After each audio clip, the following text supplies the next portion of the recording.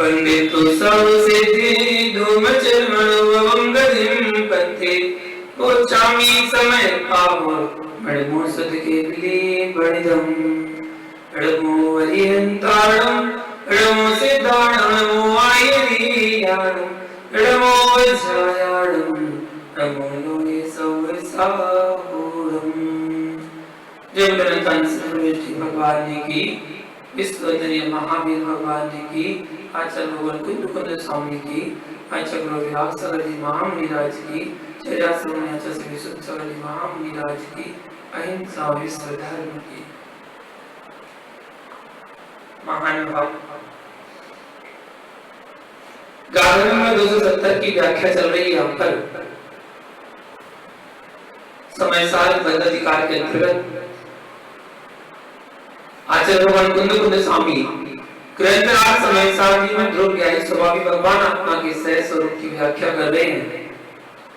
चिद्रूप चैतन्य धातु से निर्मित यह जीव द्रव परमार्थ दृष्टि से मिथ्यात्व, अज्ञान, अचारित्व, त्रिविध अध्यवसाय से शून्य है। यह 3 प्रकार का अध्यवसाय ही संसार का मूल स्रोत है। जब तक अंतर्मुखी की दृष्टि स्वमुखी नहीं होगी तब तक तुझे जगत के संबंधों का बंध नहीं छोड़ेगा। जब पंच परमेष्टि का राग प्रशस्त अध्यवसाय बंध का कारण है, फिर 5 पापों का अप्रशस्त राग निर्बंध का कारण कैसे? मोक्ष मार्ग पर निरपेक्ष है, मोक्ष मार्ग पर निरपेक्ष है, तत्व निर्णय पर सापेक्ष है। मोक्ष मार्ग में जब मैं अपने शरीर की उपेक्षा करता हूँ, अपने विकारी परिणामों की उपेक्षा करता हूँ, तो पर के विकारी या अविकारी परिणामों से मेरी अपेक्षा क्या? यह बहुत बड़ी भूल है। मोक्ष मार्ग में आने के बाद भी ना निकल पाए तो मात्र शरीर की साधना जीवन भर हो जाएगी, लेकिन सही में जीवन नहीं जी पाएगा। मोक्ष मार्ग पर निरपेक्ष ही है। स्व शरीर का नाम भी बंद स्थान है। रागाधिक भाव भी मेरे दुरुस्त स्वभाव नहीं है। विषय कसाय भाव भी मेरा दुरुस्त स्वभाव नहीं है। निज की कसाय नौकसाय जब मेरे बंध का कारण है, उनका चिंतन ही मेरे संसार का कारण है। पर की नौकसाय कसाय, पर की कर्म, पर की नौकर्म, भाव कर्म पर मेरी दृष्टि जा रही है, तो मोक्ष मार्ग से च्युत ही है। क्योंकि अभी तेरे अंदर पर के सुधार का कर्तव्य भाव बैठा है। परमेष्टि की वंदना भी मध्यस्थ भाव से कीजिए, वह निर्बंध होने के लिए कीजिए। परमेष्टि के लिए होने की आवश्यकता नहीं है। परमेष्टि में लिप्त होने की आवश्यकता नहीं है। जब परमेष्टि में लिप्त होना आवश्यक नहीं, तो फिर पर बंधुओं में लिप्त होना कैसे आवश्यक होगा? परमार्थ दृष्टि, व्यवहार दृष्टि दोनों ही युगपत है। यदि बंध से निर्बंध होना है तो अहेतु पर दृष्टि डालना होगा। विषय की गंभीरता में प्रवेश कीजिए। जब तक विभक्त पर दृष्टि नहीं, व्यक्ति पर दृष्टि नहीं, विभक्त पर दृष्टि नहीं, सत्ता पर दृष्टि नहीं, अहेतु पर दृष्टि नहीं, तब तक निर्बंध दृष्टि नहीं है। मैं ज्ञाता सद्बुद्ध हूँ। मैं ज्ञाता जैसे सद्बुद्ध हूँ, ऐसे ही जगत का प्रत्येक द्रव्य भी सद्बुद्ध है। जैसे मैं ज्ञाता निसत्ता में हूँ, ऐसे ही जगत के संपूर्ण द्रव्य स्वसत्ता में है। स्वसत्ता की दृष्टि में से मैं सद्बुद्ध हूँ, पर सत्ता की पर सत्ता में मेरा स्व द्रव्य नहीं, पर सत्ता में स्व क्षेत्र नहीं, पर सत्ता में स्वभाव नहीं, पर सत्ता में मेरा काल नहीं, स्वसत्ता में स्वकाल, स्वभाव, स्वक्षेत्र, स्वद्रव्य पर सत्ता में मेरा द्रव्य नहीं है। जो मोक्ष मार्गी है वह स्व क्षेत्र, स्वकाल, स्वभाव, स्वद्रव्य पर दृष्टि प्राप्त करता है। और एक क्षण ऐसा आता है जब स्वद्रव्य लीन हो जाता है। यही शुद्ध उपयोग की निश्चल दशा है।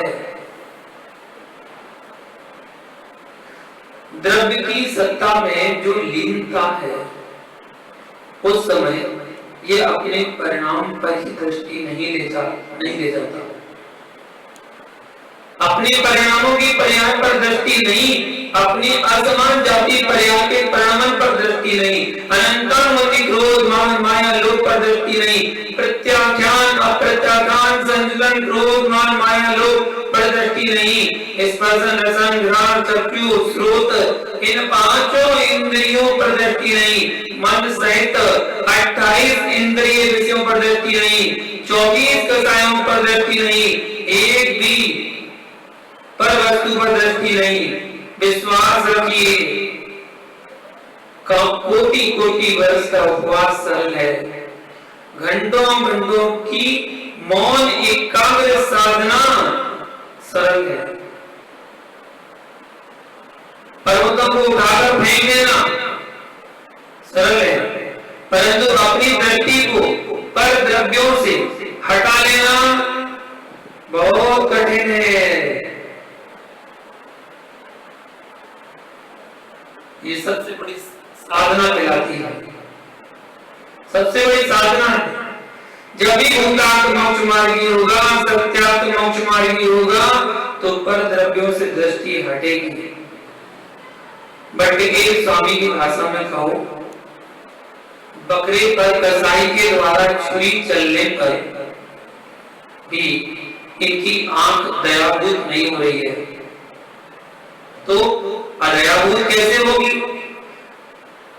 वे तो निज स्वभाव में लवलीन थे।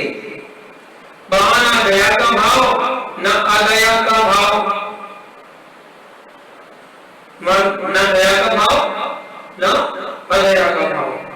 वहां तो शुद्धात्म स्वरूप की लीनता थी, दया ही जहां पर दया हो गई, और वहां अदया का कथन स्थान, अदया को कहां स्थान?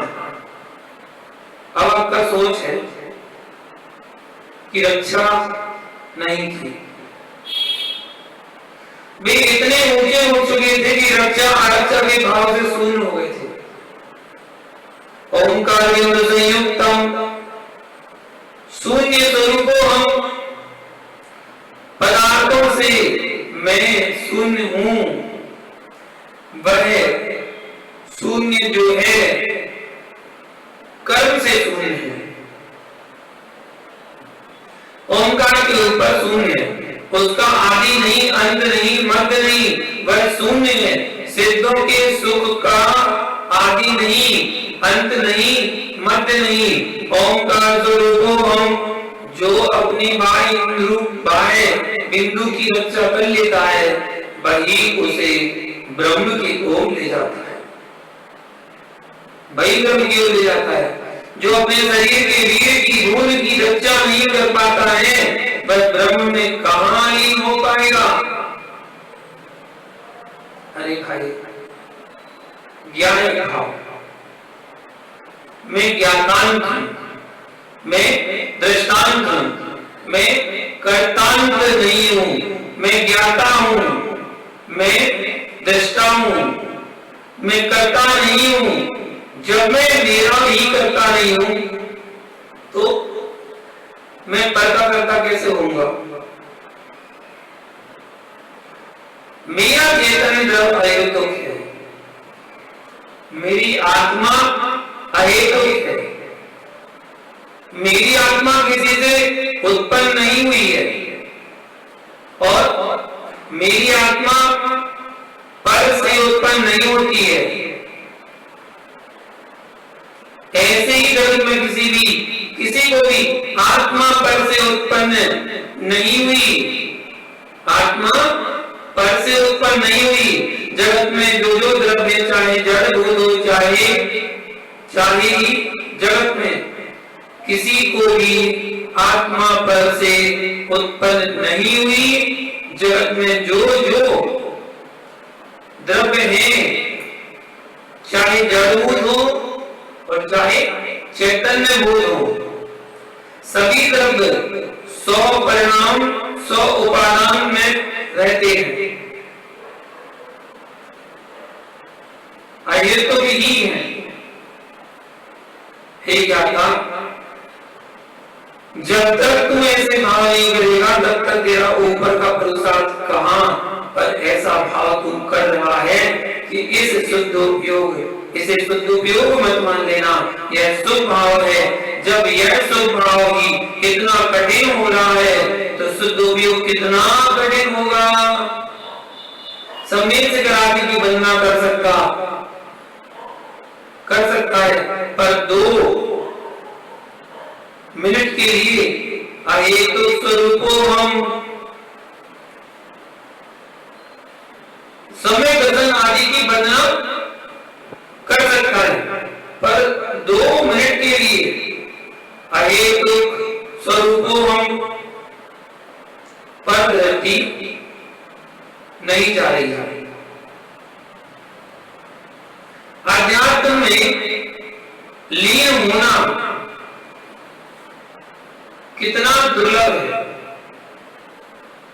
अध्यात्म के 6 शब्दों पर तेरी दृष्टि नहीं जा रही है तो अध्यात्म स्वरूप के केस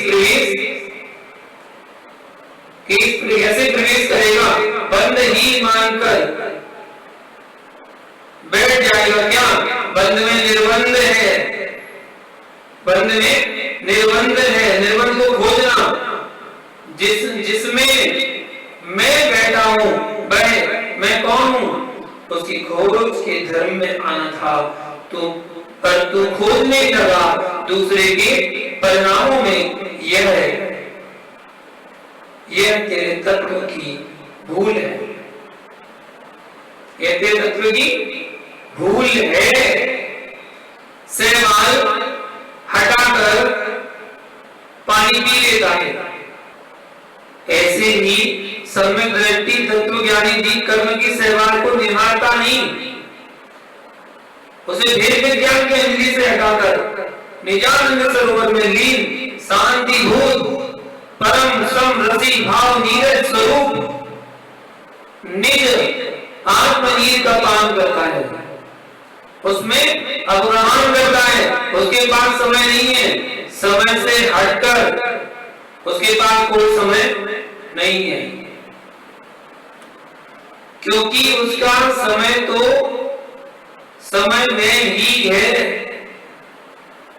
अहेतु प्रवृत्ति है, व्यक्ति प्रवृत्ति है, सत्ता प्रवृत्ति है। 3 विषय चल रहे हैं, सत्ता, अहेतु और व्यक्ति। जहां जगत द्रव्यवृत्ति की व्याख्या कर रहा था, अध्यात्म की व्याख्या कर रहे थे, वहां ईश्वर को बिठा दिया। कई उपादान की एकता में चला गया। वहां कौन कहता है कि मैं निमित्त को बिठा रहा हूं? कौन कहता है कि मैं उपादान को बिठा रहा हूं? मैं कुछ भी नहीं कर रहा हूं, मैं दृष्टा मात्र हूं, मैं दृष्टा मात्र हूं। मैं निमित्त को नष्ट नहीं कर रहा हूं, मैं उपादान को बिठा रहा हूं, मैं कुछ भी नहीं कर रहा हूं, मैं ज्ञाता, मैं दृष्टा मात्र हूं, निमित्त को नष्ट नहीं कर रहा हूं, मैं उपादान को नहीं मिटा रहा हूं, जो है सो है। यह तुम्हारा सोच है। मैं निमित्त को नष्ट नहीं कर रहा हूं, मैं उपादान को नहीं मिटा रहा हूं, जो है सो है। यह तुम्हारा सोच है कि निमित्त आ गया, यह तुम्हारा सोच है कि उपादान आ गया। निहारिए एक क्षण को इस गाथा में रेखाएं हैं, इस गाथा में रेखाएं हैं, तू एक भी हटा नहीं सकता है, एक भी हटा नहीं सकता है, एक भी बिठा नहीं रहा है, एक भी हटा नहीं रहा, एक भी बिठा नहीं रहा। इन हाथ की रेखाओं को तू जान रहा है, देख रहा है, रेखा है, यह ज्ञान का विषय बन रही है। वह सत्य है जो जान रहा है, वह ज्ञाता है जो देख रहा है, वह दृष्ट है। वो ज्ञानी इन रेखाओं को अन्वयी किसने है, अन्वयी बनाया किसने है भैया? ये पर के निमित्त से नहीं बनी, ये अहेतुक जो अयोतक है, पुद्गल पिंड है, जो अहेतुक है वो पुद्गल पिंड है। इसमें लकीरें हैं, यह दृष्टांत की दृष्टि से पर के निमित्त से नहीं बनो, ये अहेतुक है, पुद्गल पिंड है, इसमें लकीरें हैं, यह दृष्टांत की दृष्टि से, दृष्टांत की दृष्टि से कह रहा हूं।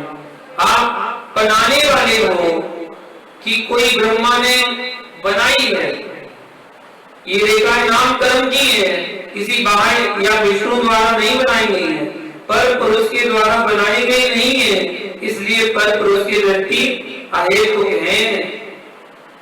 इनको आप देखिए, जानिए, पहचानिए, पर इनको अपना मत मानिए, उनको अपना मत मानिए। मुनि का मुनि बना तो इतना ही है, क्या है? यह कठिन कहां है? बस इतना इसका चिंतन कर ले तो फिर कोई परेशानी ना आए। जब तू तत्व गवेषणा में लीन होता है तो शांत हो जाता है, और तत्व में लीन योगी को पत्थर समझकर हिरण खुजली हो जा रहा है। जब मृग नहीं डर रहा है तो जगत के प्राणी मुनि को देखकर डरकर भागे, इसका तात्पर्य क्या है? अभी मुनि में नहीं है, मुनि में नहीं है। निर्ग्रंथों से डर लगे, यह कभी संभव नहीं। निर्ग्रंथों से डर लग रहा है तो अभी निर्ग्रंथपन से शून्य है। जगत की अन्य मुद्राएं भयावह हो सकती हैं, परंतु यथाजात स्वरूप की मुद्रा निर्विघ्नपन से शून्य। जगत की संपूर्ण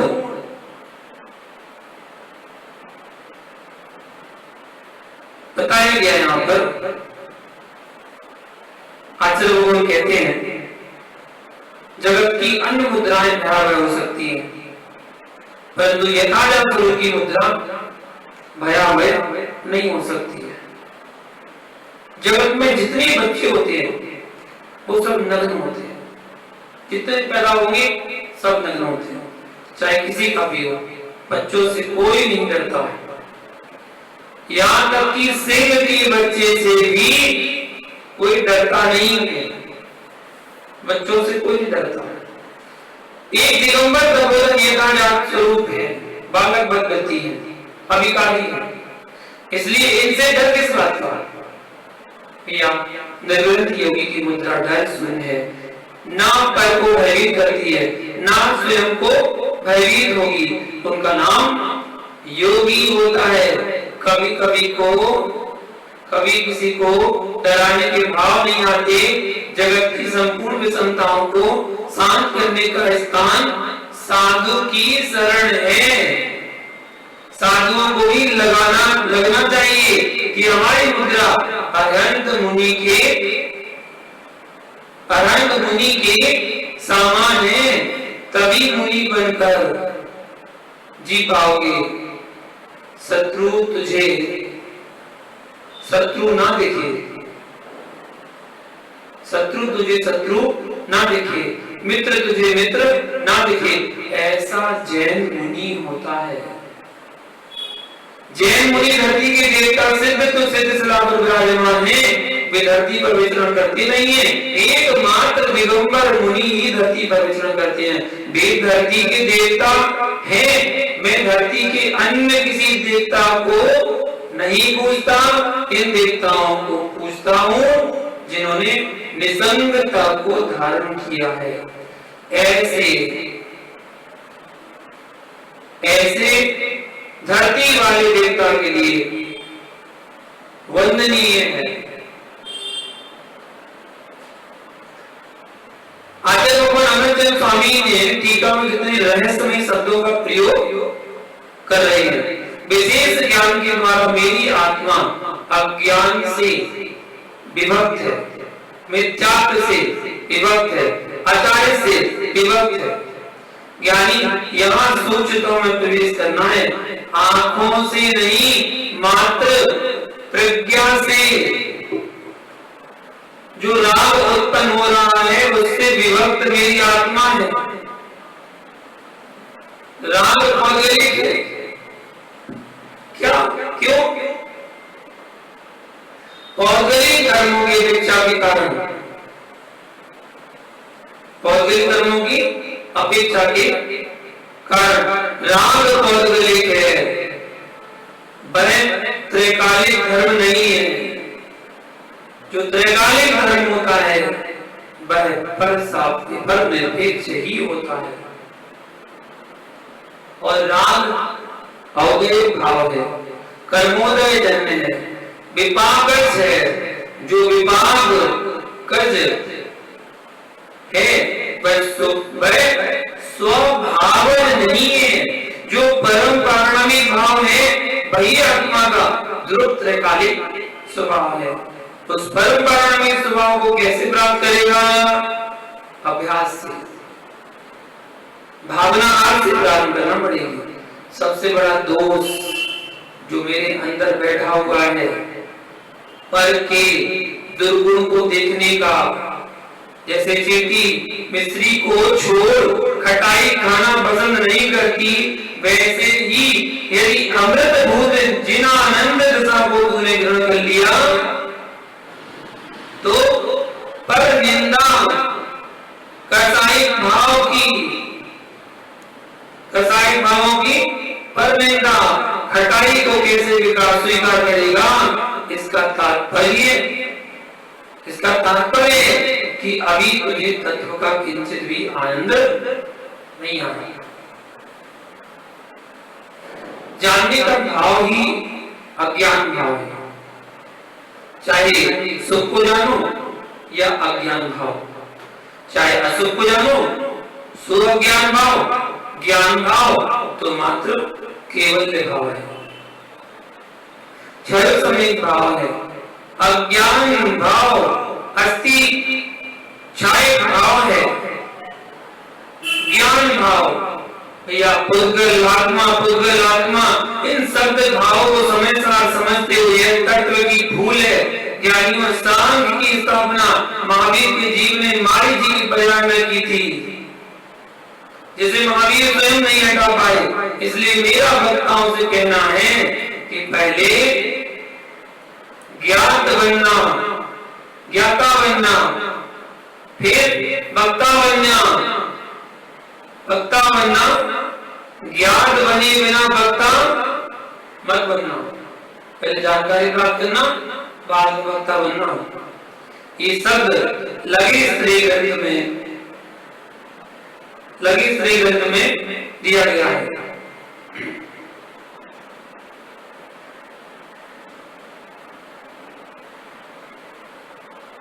ज्ञाता बनी हुई ना भक्ता मत बन जाना। ऐसा आचरण ने बताया। तीर्थंकर मुनि बनते ही मौन ले थे, क्योंकि वे सर्वज्ञता नहीं है। जैसे ही कैवल्य होता है तो सर्वांग से बोलते हैं, क्योंकि वक्ता बनने के पहले ज्ञाता बन चुके हैं। आचर्य बन यहाँ पर सत्ता सब पर क्यों जोर दे रहे हैं? सत्ता सोचा कभी सत्ता पर भी जोर देना चाहिए, जिससे सब कर्ता भाग जाए। दर्शन का क्या रहता? मैं तो संपूर्ण द्रव्यों की सत्ता को पूर्व से ही स्वीकारता हूँ। अतः अब तुम बोल, तीन काल की रचना किससे हुई है, किससे की गई? तो गाथा बताती है, सत्ता सब बैठता साविस्वरूपानंद पर जाया। सत्ता सब बैठता, सत्ता सब बैठता सविस्वरूपानंद पर जाया। सब पढ़े बखा अवधि एक का। देखिए 85 का ग्रंथ में कहा है सरोवर ने, सत्ता संपूर्ण पदार्थों में स्थित है, अनेक रूप है, अनंत पर्यायों के सहित है, उत्पाद द्रव स्वरूप है, एक है तथा प्रतिपक्षी धर्मों से युक्त है। पुष्प चाहे कनेर का हो या गुलाब का, कोई भी पुष्प हो, उसमें अनेक कलियां पर थोड़ी में कितनी कलियां? बॉडी में, उसकी बॉडी जो होती है, कितनी कलियां? एक भी नहीं।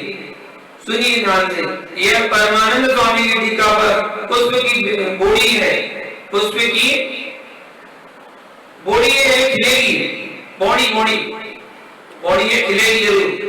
संघात में अनंत शक्ति है, संघात का वर्णन शक्ति को बांट देता है, विकेट देता है, भेद में शक्ति नहीं है, शक्ति संघात है। अब इस शब्द को राजनीति, समाज, धर्म अथवा समय सार में जहां लगाना हो सो लगा लो। संघात में शक्ति है, आप संगठित रहोगे तो शक्ति रहेगी।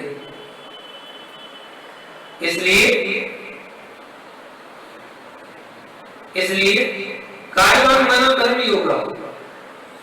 तत्पाद के 6वें अध्याय का पहला सूत्र है, जब योगी मन वचन काया की एक बार चिंतन कर लेता है तो योगी होता है। योगी बनकर कर्म को जीता जा सकता है, साधु बनकर कभी कर्म नहीं जीत पाएंगे। कर्मातीत होने के लिए योगी बनना पड़ेगा। साधु तो संघात को जुटा रहा है, साधना कर रहा है, और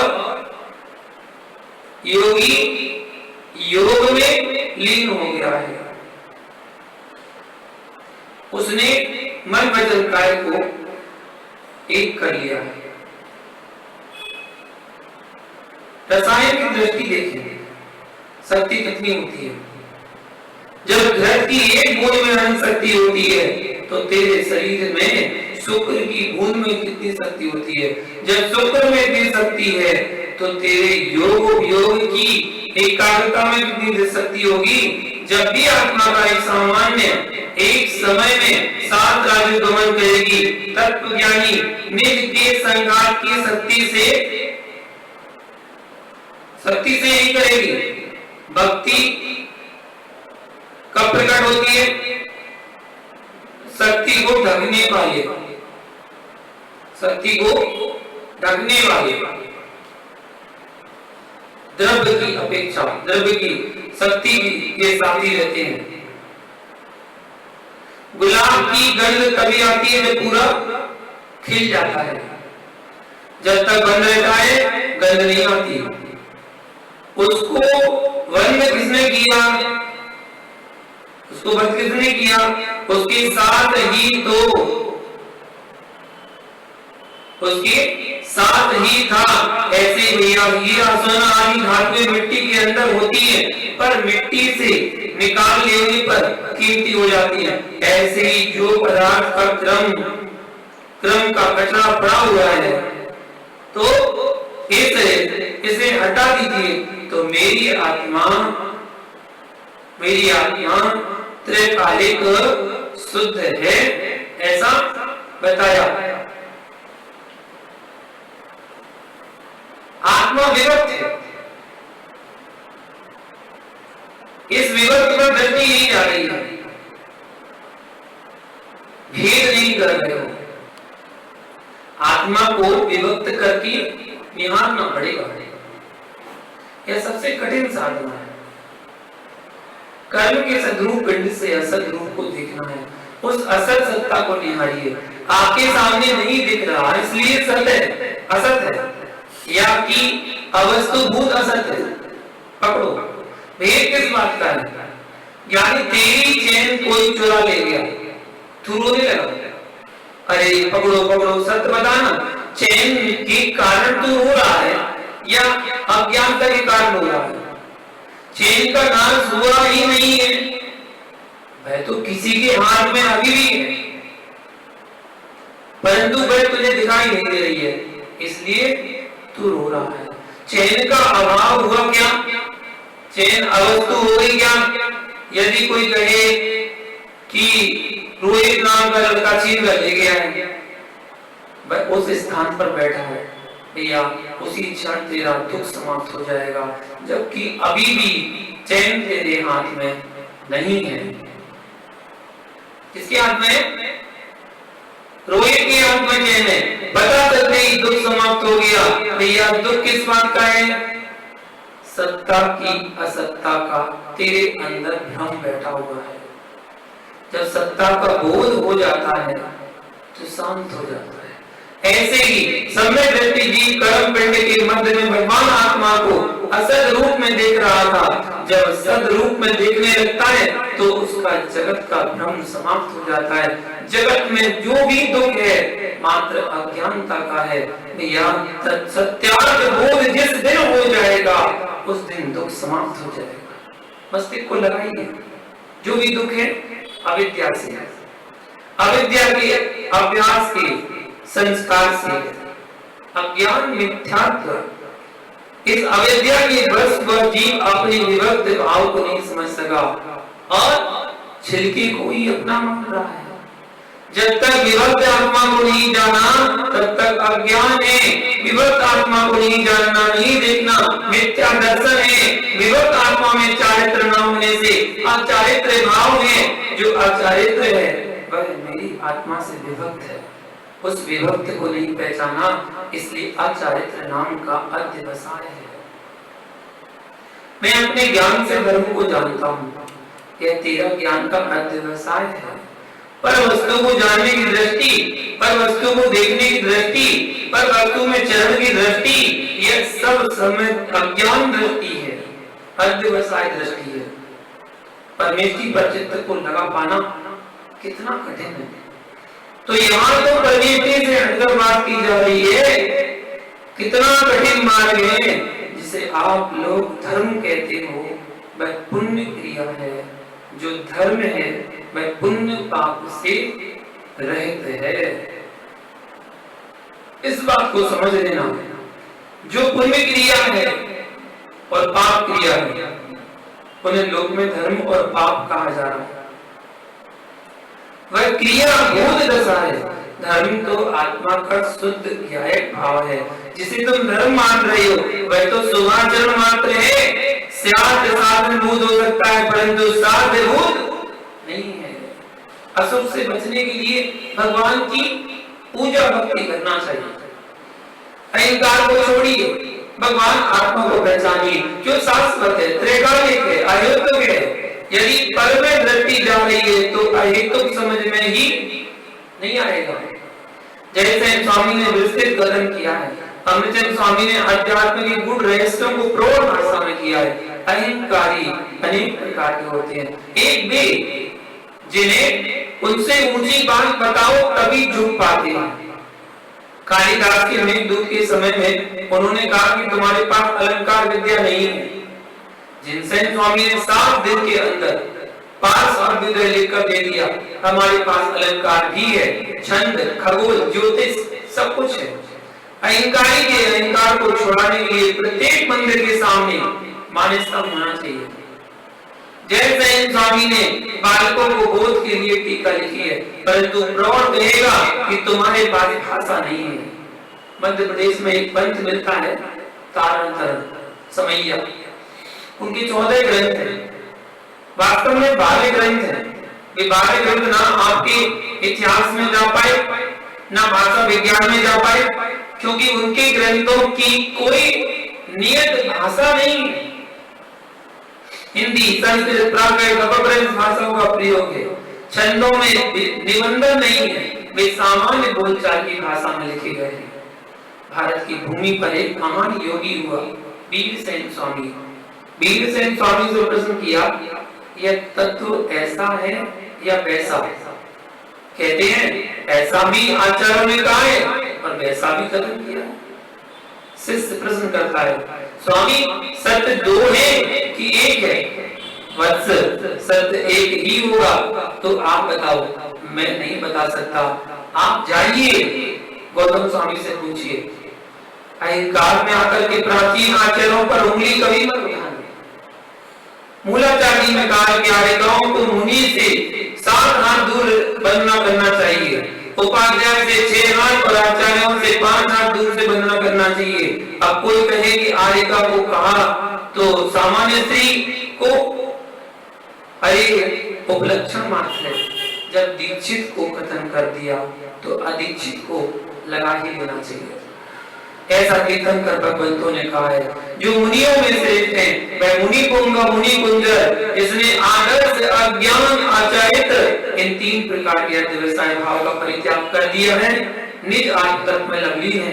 ऐसे मुनिराज ही मुनि कुंजर है। पंचम काल में ना कोई मुनि कुंजर है, ना मुनि कुंजर है, ना ऋषि है। ऋषि तो ऋषिधारी मुनि होते हैं, ना कोई यति है, ना मुनि है।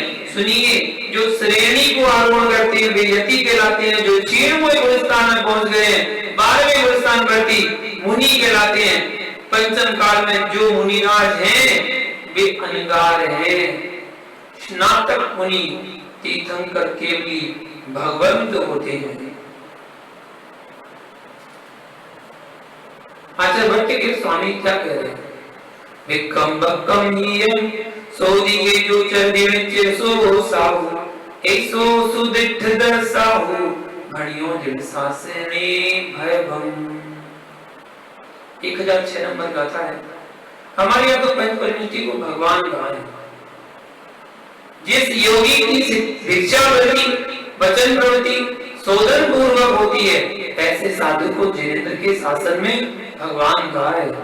किसी भी दर्शन में भगवान जैसी पूजा साधु की नहीं होती, मात्र दिगंबर जैन दर्शन में होती है।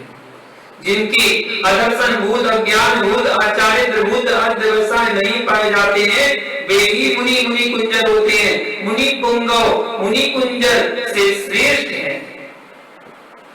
मुनि पुंगव मुनि कुंजर से श्रेष्ठ है। मुनि पुंगव तीर्थंकर और मुनि कुंजर शुद्ध उपयोग में लीन मुनि होते हैं। विशेष जानना, मैं जानन बोध हूँ, मैं अहित हूँ, मैं सत्स्वरूप हूँ, ऐसा पर भावों से अपनी आत्मा को विभक्त भूत जानता है, सम्यक रूप से देखता है, चलता है, जो निर्मल प्रवृत्ति है, स्वच्छ है, स्वच्छंद है, स्वेच्छावृत्ति नहीं। मैं ध्रुव भगवान आत्मा स्वच्छ हूँ, निर्मल निर्मल, किसी के बस नहीं हूँ, निजानंद में विहार करने वाला हूँ, चैतन्य ज्ञान कुंज ज्योति से युक्त, अज्ञान आदि रूप से अत्यंत भिन्न, ऐसा परम मुनि कुंजर योगीश्वर शुभ अशुभ कर्मों से नहीं लिप्तता, निश्चय से पर द्रव्य से भिन्न होते हुए भी जिस मोह के प्रभाव से आत्मा को पर द्रव्य से जोड़ता है, ऐसा मोह है जिसके अंदर नहीं है, वही परम तपस्वी जीव है। पूर्व में कहे हुए शुभ अशुभ अध्यवसाय जो कर्म बंध के निमित्त भूत हैं, जिनके नहीं पाए जाते हैं, वे ही मुनीश्वर हैं, मुनि कुंजर हैं। वे शुभाशुभ कर्मों से नहीं लिप्त थे, शुभाशुभ कर्म से वह बंध को प्राप्त नहीं होता। जो अध्यवसाय भाव से रहित होता है, शुद्धात्मा का सम्यक सद्ज्ञान, सम्यक ज्ञान, सम्यक चारित्र में निश्चय रत्नत्र लक्षण है, ऐसा भेद विज्ञान जब जीव के नहीं होता है, तो वह सोचता है कि मैं इसको मानता हूँ, मैं जीवित करता हूँ, ऐसा करके बंद करके दुर्गति का भागी हो पाएगा, पर किसी का कुछ नहीं कर पाएगा। ऐसी दृढ़ आस्था जिसकी होगी वही जैन दर्शन में स्थित हो सकेगा। अब बताइए, क्रिया कठिन है कि परिणति कठिन है? यानी प्रवृत्ति सरल है और परिणति कठिन है। मैं नारकी हूं, अरे भाई आयु कर्म को जैसे नारकी बना है तो उसे ही अपना मान रहा है।